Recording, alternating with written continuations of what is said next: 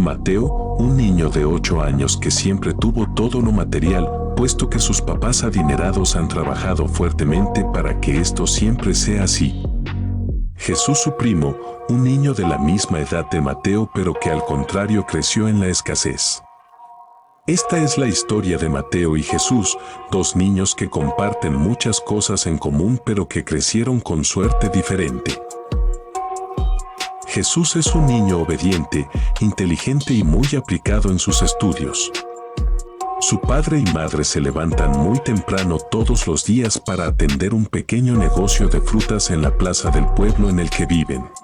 Y por supuesto Jesús se levanta con ellos para ayudarles con algunas actividades del negocio. Esto ha hecho que el pequeño Jesús forme una disciplina y madurez avanzada para un niño de su edad. Mateo, su primo, es totalmente distinto a Jesús. Es rebelde y no hace caso a sus deberes, la mayor parte del tiempo lo comparte con su niñera. La madre del pequeño Mateo es una prestigiosa abogada que mantiene todo el día en su consultorio, y su padre, dueño de una cadena de restaurantes, tiene que estar viajando constantemente por lo que no mantiene en casa. Los dos pequeños primos estudian juntos en una prestigiosa escuela de la ciudad. La diferencia es que los padres de Jesús han tenido que endeudarse toda su vida para poder brindar este privilegio.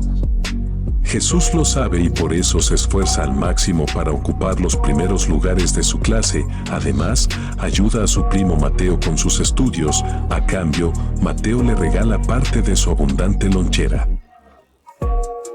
El pequeño Jesús agradece mucho esto, puesto que en muchas ocasiones no puede llevar nada para comer, más que una pequeña naranja del escaso puesto de frutas que tienen sus padres. Era un lunes del año 2000, un año que Jesús nunca olvidaría. Su madre se había quedado en casa debido a un fuerte resfriado que la tenía en cama. Ese día Alfredo, el padre de Jesús, se notaba muy preocupado puesto que el invierno había bajado las ventas notablemente. Además, muchas de las frutas se habían echado a perder. Pasan los días y la madre de Jesús tuvo que ser hospitalizada de urgencia por complicaciones de salud. Las ventas no mejoraban y Alfredo tuvo que pedir un préstamo para cubrir los gastos de su esposa. El invierno más fuerte que nunca obligó a cerrar el puesto de frutas, por lo que Alfredo tuvo que conseguir un trabajo temporal en lo único que había disponible, recolectando frutas en unas empinadas colinas. Sin embargo, esto último fue la peor decisión. El primer día de trabajo sería el último para Alfredo. Había estado cosechando unas frutas en una colina muy difícil de acceder, por la cual la inexperiencia hizo que Alfredo se resbalara, cayendo cuesta abajo, y un fuerte golpe en la cabeza contra una roca terminó con su vida. Parecía que esta historia para el pequeño Jesús no se podía poner peor. Ese mismo día, su madre tuvo una complicación, necesitando una intervención quirúrgica de emergencia, muy costosa, que fue imposible de costear, por lo que falleció horas más tarde. Mientras tanto, el pequeño Jesús estaba sentado en el andén de la portería de su escuela esperando la llegada de su padre a que lo recogiera, como habitualmente lo hacía. Sin embargo, pasaban las horas y esto no ocurrió, por lo que decidió caminar hasta su hogar. Al acercarse observó muchas personas en su hogar.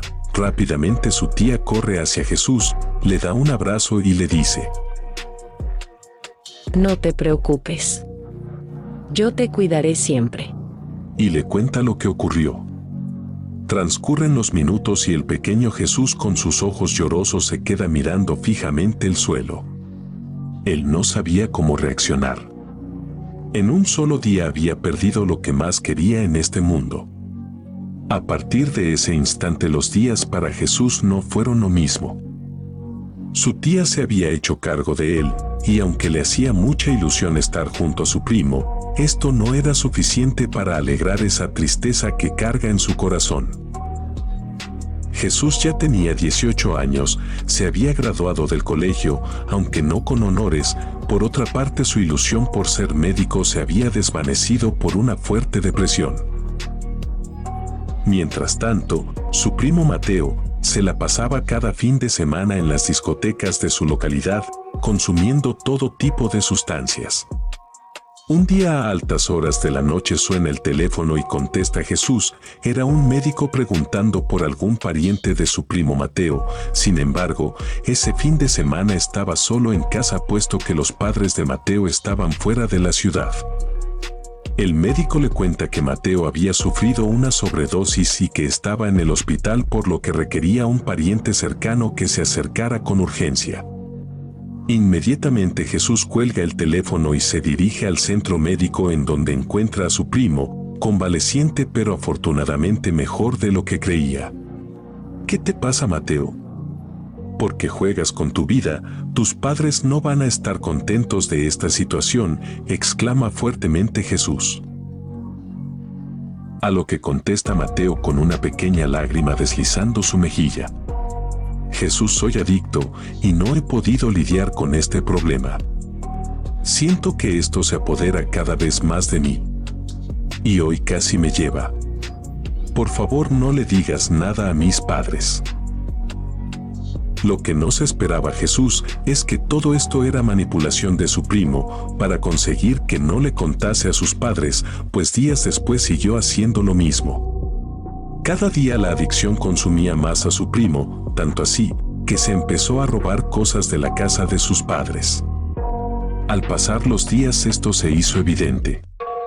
Y los padres de Mateo empezaron a sospechar de su sobrino Jesús, el que aún vivía en su casa. Al regresar el padre de Mateo de viaje observó que su caja fuerte estaba abierta y un costoso reloj Rolex no estaba. Además faltaban $40,000 de los $50,000 que había estado ahorrando este año. Mateo, hijo, ven aquí. ¿Sabes dónde está mi costoso reloj y el dinero que falta en mi caja fuerte?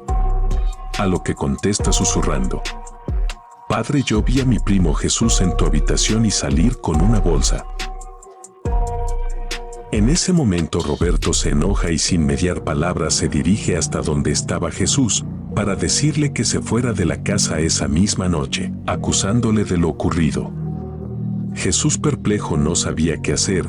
Él no había robado nada e intentó decirlo. Sin embargo, la ira de Roberto impidió los argumentos de su sobrino. Ahora Jesús estaba sin padres, sin tíos, sin hogar y con fama de deshonesto y malagradecido. Caminó bajo la lluvia durante 3 horas llorando y pensando lo injusta que era la vida con él, por lo que en un momento decidió lanzarse sobre un carro en la avenida con la intención de acabar con ese sufrimiento. Terminó inconsciente en el mismo hospital donde su madre había fallecido años antes. Afortunadamente el auto pudo frenar y le causó heridas leves. Al despertar se encontró con una enfermera que lo reconoció. ¿Eres Jesús, el niño que quedó huérfano años atrás, verdad?, pregunta. Jesús afirma con su cabeza un sí. La enfermera se dirige hasta su oficina y al volver donde Jesús, le entrega una carta muy antigua que tenía en uno de sus escritorios hacía mucho tiempo. Jesús guarda la carta en uno de sus bolsillos y se queda dormido. Al otro día le dan de alta y sale del hospital. Sus ganas de acabar con el sufrimiento aún no se van, por lo que pasa por su cabeza un nuevo intento de lanzarse a un auto. Sin embargo, mientras pensaba en cómo iba a hacerlo, se le cae la carta al suelo y se sorprende al ver que la letra de quien escribió era muy parecida a la de su madre. Recoge la carta y lee atentamente. Mi dulce y querido hijo Jesús, si estás leyendo esta carta es porque ya no estoy acompañándote en este mundo. Juro que traté de mantenerme con vida. Perdóname por no poder verte crecer y estar junto a ti.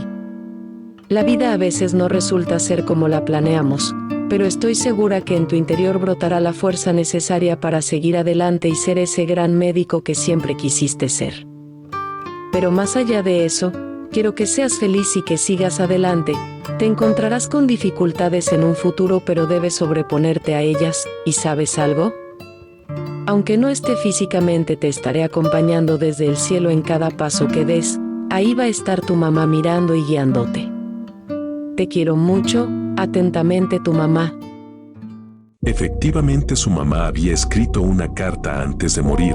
La enfermera se había quedado con esa carta y no sabía dónde estaba Mateo, pero la vida puso a Jesús en el momento justo cuando más necesitaba esas palabras.